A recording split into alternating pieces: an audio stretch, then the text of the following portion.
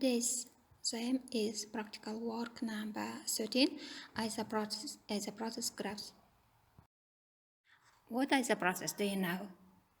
Isobaric, isothermal, isochoric process, barалық, isothermалық, isochoric processtер. What process is called isothermal? The process in which the pressure and volume of the gas change at the constant temperature is called an isothermal process.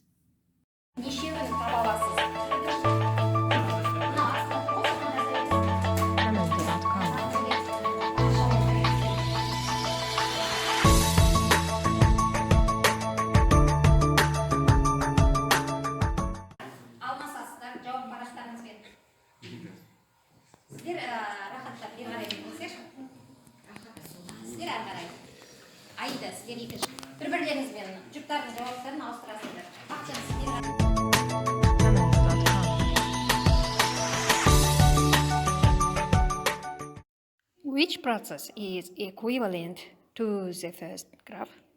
Isobaric heat process.